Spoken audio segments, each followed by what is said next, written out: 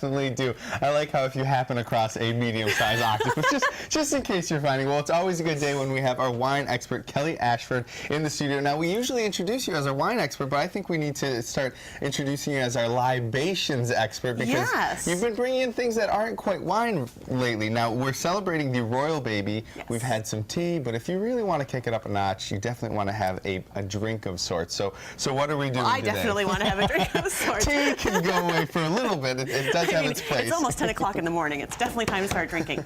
And this is something that people can make for somebody else that maybe has recently had a baby boy.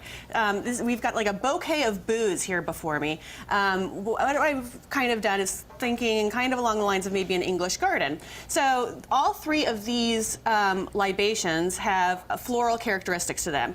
This is G-Vine Gin, which is really interesting because it is distilled with the flowers from Uni Blanc grapes, so it's really cool and kind of floral. This is Esprit de June, which is an elderflower liqueur, kind of similar to Saint Germain. And we've talked about this in the past. It's not quite as sweet. It's really easy to mix. And then violet liqueur, so a creme de violet.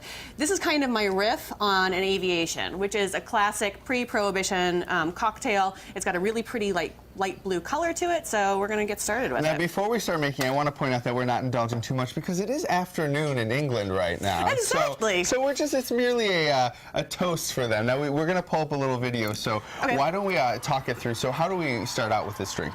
So in my mixer, I already have a little bit of lemon juice. So lemons can be really persnickety, and that's something that you can kind of mess around with. I mean, if an Aviation is classically quite sour, and it's a really good thing to have like this time of year, especially because it's very refreshing.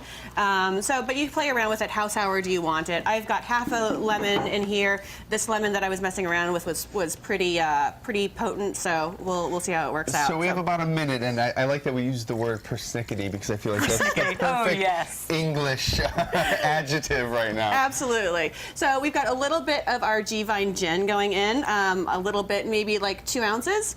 And this will make about 1 drink. I'm a horrible measurer. I have like no patience to measure anything. I like the heavy hand anyway, so it's good.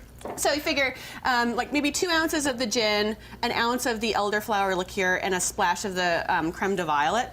And the violet is going to be what gives it a really pretty blue hue. And I mean, the Aviation is named for the color that looks like the sky. So it's a really cool, really pretty, and kind of boy-like looking drink. And we're going to give it a good shake. It's also pretty potent. We're working, with strictly liquor right here. Oh yeah, I mean, I don't want to overshadow that. There's lemon juice in it. Okay. There you go. And some ice. And some ice. So, and actually, I might put a little bit more of the violet liqueur in just to give it a little bit of a more bluish, boy-like thing. We don't know the name of the Royal Prince yet. And I would argue that it's harder to name a cocktail than a baby, because I made this up last night. I'm like, what am I going to call it? What am I going to call it? So, all right, the Aviation or the Prince of Cambridge. Exactly. So what we're going to do is just we're going to pour it into a cocktail glass. We're going to strain it. And put some beautiful flowers right on that. And look at how pretty that is. So what mother wouldn't want this? Oh, all right, and we Kelly. will be posting the recipe and, of course, a picture of this later on the show. Look at that beautiful drink. Right now, we're going to head to break, and when we come back, we're going to find out what's happening with weather and second helpings.